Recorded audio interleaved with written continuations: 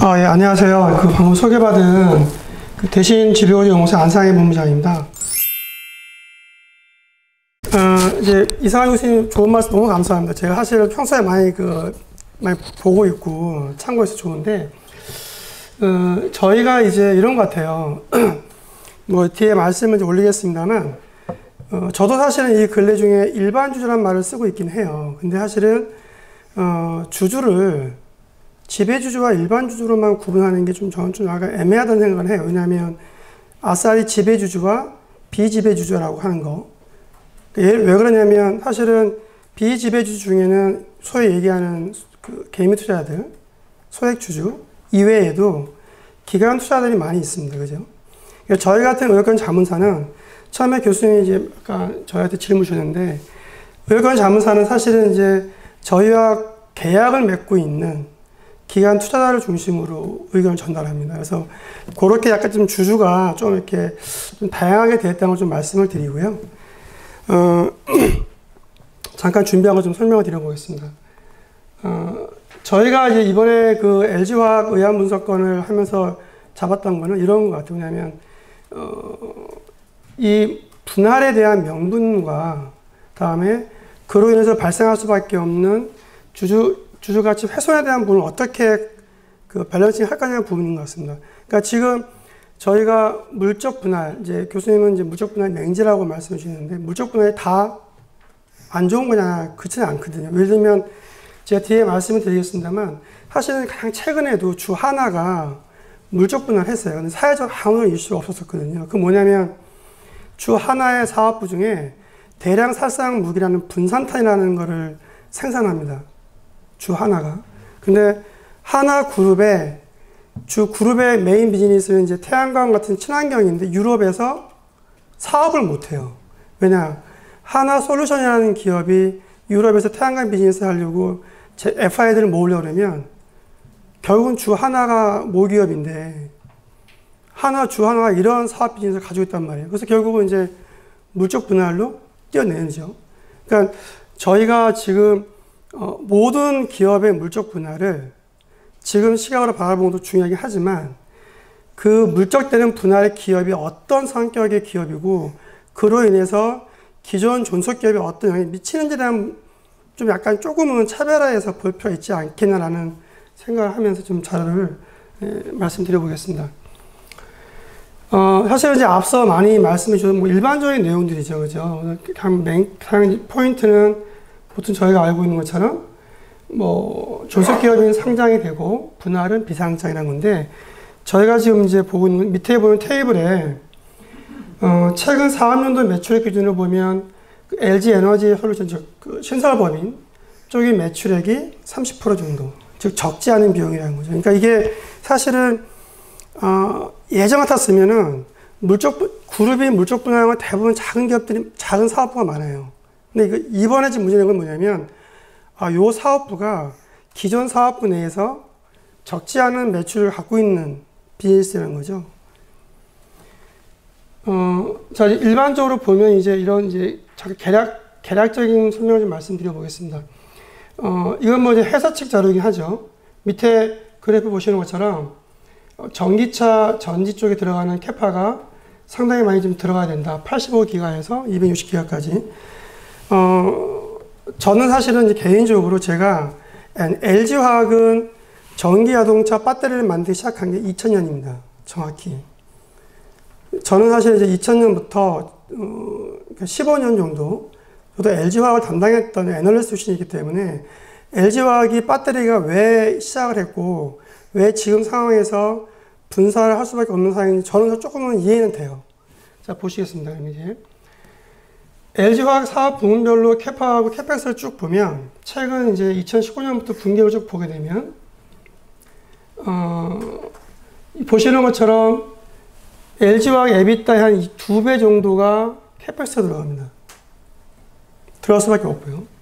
근데 특히 전지 부분에 들어가는 게 한 3.9조 원, 약 4조 원이 연간 작년 기준으로 들어갔었는데, 이 3.9조 원이면 전체 LG화학 캐펙스의 한 60%입니다. 그래서 저희가 지금 보고 있는 것은 이 LG화학 전지 사업 부분에 대한 차지하는 위치가 상당히 좀 남달리 좀 작지 않다라는 부분을 좀 말씀을 좀 드리고 싶고요. 두 번째는 이제 앞서 말씀을 드린 것처럼 하나의 경우입니다. 하나의 경우 물적 분할을 비교를 한번 해보면 주 하나의 경우 보면은 사실은 이 분산탄 비즈니스가 전체 뭐 보면 자산 총계의 0.7%에 해당하지 않는 비중입니다. 상당히 미묘한 거죠. 그러니까 이런 것들은 사실은 그냥 별 무리 없이 물적 분할의 사회적 이슈 없이 넘어갔던 거죠. 물론 이제 펀더멘탈리 보면 그룹의 어떤 전체적인 비즈니스를 하기 위한 부분이 하지만 어쨌든 간에 LG화학과 주 하나의 어떤 물적 분할의 차이라 그러면 이런 게 좀 차이일성 싶습니다. 최근에 이제 이슈가 된 게 한 몇 가지가 있는데 우선 물적, 인적 분할에 대한 선택인 것 같아요. 교수님 앞에 너무 많이 좋은 말씀 해주셔가지고 앞에 분한테 일일이 말씀을 안 드려도 될 것 같은데 보통 이러지 않습니까? 기업 집단에서 인적 분할하는 이유는 그냥 뻔합니다. 그냥 지배를 강화하기 위해서 하는 거죠. 그래서 자사주나 주식 수합을 통해서 지배를 강화하는 목적으로 하는 거고 물적 분할은 저희가 지금 하고 있는 것처럼 M&A든 양업 양수든 여러 가지 이벤트를 하려고 하는 거죠. 뻔합니다. 근데 지금 저희가 보고 있는 거는 물적 분할이 또 인적 분할이 어떤 하나의 뭐 반드시 어쩌기 좋거나 뭐 이런 문제는 아닌 것 같아요. 그 그룹이 기업에 처한 상황에 따라서 LG화학을 제가 좋게 보려고 하는 것이 아니라 LG화학 상황에서 어떤 지배력을 강화하는 차원은 아닌 것 같고요. 다만 이제 소액 주주들의 어떤 지분 희석 가치에 대한 부분이 분명히 있으니 이 부분을 어떻게 풀 거냐의 문제인 거지 물적 분할이 무조건 아니다. 이거는 아닌 것 같다는 말씀을 드리려고 잠깐 준비했습니다. 자, 다음에는 이 두 번째가 이제 이 분할 신설 범위의 기업 공개 쪽에 대한 문제입니다. 물론 기업에서는 공개에 대해서는 뭐 공식적으로 언급한 바가 없다 하지만 뭐 일반적으로 알려진 그게 공개를 한다는 거죠. 앞서 말씀을 드렸던 것처럼 만약 LG화학이 그러니까 뭐 교수님 말씀하신 것처럼 뭐 현상인지 이런 개념이 아니라 물적 분 어떤 식으로 기업 공개를 하지 않으면 제가 보기에는 LG화학은 이 전지사업부는 5년 이내에 살아남을 수가 없어요. 왜 그러냐면 앞서 말씀드렸던 것처럼 연간 3조 원 이상 더 들어갈 텐데 캐펙스가 전지 부분에 전체 LG화학의 캐펙스 60%에 해당하는 이 부분에 있어서 사실은 지금 뭐 뒤에 말씀을 올리겠습니다만 차입이나 구주 매출 되게 그 한계가 있습니다. 사실은. 그래서 있을 수 있는 부분은 기업 공개를 통해서 그런 막중하게 되어 있는 그 캐펙스에 대한 확보 방안인데 왜냐하면 지금 그 LG화의 최대 고객처가 지금 보통 알려진 걸로 그 테슬라라고 되어 있죠. 테슬라가 직접 전지를 만들겠다는 거 아닙니까? 더 싸게. LG화학 입장에서는 지금 캐펙스 투자하지 않으면 늘리지 않으면 사실은 언제까지 LG화학의 전지가 테슬라나 전기차들이 LG화학의 전지 아니면 못 사. 이런 정도의 기술이 아니란 말이에요. 단가 싸움하는 거기 때문에. 어느 정도의 캐펙스를 가지고 경쟁력을 확보할 수밖에 없는 그런 국면에 있다 저는 봅니다. 그래서 이런 것들이 뒤에 보시면 이제 결국은 이제 그러면 이 분할 신설 기업들이 어떻게 할 거냐의 문제인데 교수님 말씀 주신 것처럼 외부 차입이나 뭐 증자나 구주 매출이나 뭐 등등이 있겠죠.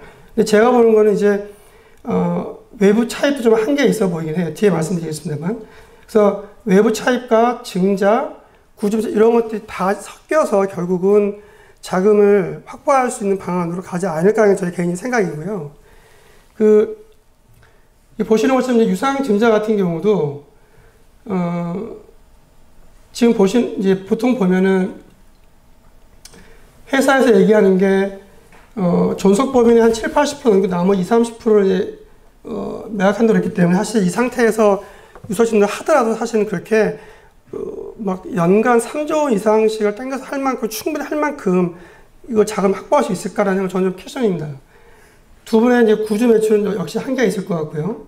말씀 주신 것처럼 이제 캐시플로우 상으로는 이제 존속 범위로 들어가는 거기 때문에 의미가 없는 것 같고 상장 정도고. 그래서 저희가 보는 거는 이제 여기서 외부 차입, 뭐 구주 매출, 증자 이런 것들이 한꺼번에 이루어지는 방법이 있을지 않은 생각이 들고요. 사실 저희가 이제 시간이 많이 지났으니까 저희가 지지난주에 의안분석 보고서를 발간하기 전에 이슈 보고서를 발간했습니다. 찬성 반대 의견 없이 그냥 발간했는데 이제 교수님이 어제 전반적인 이제 논조가 일반 주주 즉 주가 특히 일반 주주 주가의 반응에 따른 법적인 접근으로 지금 저희가 내용을 좀 듣고 있는데 이 주가가 사실은 과연 저는 개인적으로 사실 이 부분은 제가 이제 의안분석을 쓰면서 좀 뽑아낸 건데 LG화학이 가지고 있는 자사주 문제입니다. 한 160여만 주 있는데 그 중에서 한 128만 주 정도가 묶여 있습니다. 무슨 얘기냐면 2018년도 1월달 4월에 해외 CB를 이제 교환사채를 발행했습니다. 뭐냐면 2017년도에 LG 생명과학 합병하면서 나온 매수 청구권을 가지고 그거를 교환 대상으로 한 6,400억 정도를 발행합니다. 근데 재밌는 거는 이 당시 발행했던 게 유로하고 달러를 발행했는데 우측에 테이블에 있는 것처럼 내년 4월 1일까지가 5년입니다. 즉 그걸 5년 이내에 다 매각해야 되기 때문에 근데 보면은 이제 재밌는 게 뭐냐면 회사가 콜옵션을 행사할 수 있는 조건이 있습니다. 교환 가격의 130%가 20일 이상 진행이 되면 콜옵션 행사가 가능합니다. 근데 가장 주가 최고가가 7월 말경에 78만 원 찍었을 때 있었죠. LG화학이. 근데 그때는 이미 유로에서 저쪽 그러니까 달러죠. 달러 기준으로 가져갔던 해외 교환사채 갖고 있는 사람들, 즉 이 사람들은 59만 원 넘었으면 물량 내놓을 수 있는 물량들이었습니다.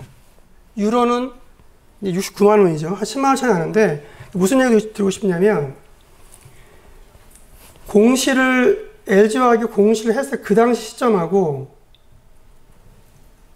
해외 교환사채를 가지고 있는 유로나 미국 쪽에 갖고 있는 사람들이 회사가 콜옵션을 행사하기 전에 물건을 즉 물량을 던진 시점과 일치합니다. 그 시점이 지금 저희가 대략 이제 주가를 보시면 아시겠습니다만 한 67만 주 정도가 외국인 물량이 나왔어요. 그 이후로 계속 고점 대비 계속. 그러니까 제가 이 말씀 굳이 제가 이런 말씀을 드릴 위치는 아닌데 주가적인 측면에서 바라본 이번 분할의 이제 법적인 해석이라서 그 주가의 흐름이라고 하는 게 이런 펀더멘탈한 부분도 있겠지만은 시장적인 요인도 좀 있을 수 있다는 걸 좀 말씀을 좀 드리려고 좀 참고할 좀 말씀을 좀 올려봤고요.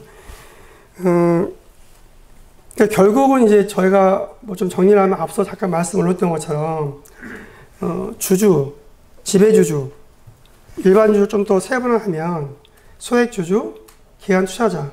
기관투자자는 사실은 저희 같은 사람들은 기관투자자를 고격을 하고 있고 그들은 기관투자자는 중장기 기업 가치를 바라보는 입장 저희가 의견을 던지기 때문에 LG화학이 지금 시점에서 배터리 사업부의 캐펙스를 확실히 늘리지 않으면 그 자원을 갖고 있지 않으면 LG화학이 언제까지 이런 상태로 갈 수 있을까라는 저는 사실 의문이 가요. 이건 저희가 이제 LG화학을 15년 동안 봐왔던 사람 느끼는 거기 때문에 다 똑같지 않을 수 있습니다. 제가 개인적으로 느끼는 그 감정은 LG화학이 지금 할 수 있는 거는 주초에 공고문을 냈을 때 LG화학에서 배당 정책을 공시했죠. 배당 성향, 이건 사실 되게 미흡합니다. 지금 되게 미흡한 일이에요. 교수님들 말씀하신 것처럼 돈을 아끼려고 하는 애들이 배당 이건 사실 좀 언밸런스한 부분이 있지 않습니까?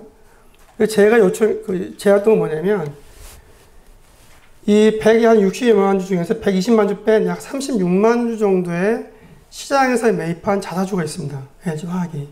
그걸 소각해 달라고 제안을 했어요. 왜냐하면 자사주 소각은 기업 입장에서 캐시 아웃도 아니고 단기적인 주가 반등일 수도 있겠지만 장기적으로 보면 발행 주기수를 없애는 거기 때문에 중장기적으로 기업 가치, 어떤 밸류에이션에도 도움이 된다. 즉, 제가 이번에 LG화학의 물적 분양 뭐 잘했다는 것이 아니라 불가피한 면이 있고 그 부분을 일정 부분 주주 환원 정책으로서 좀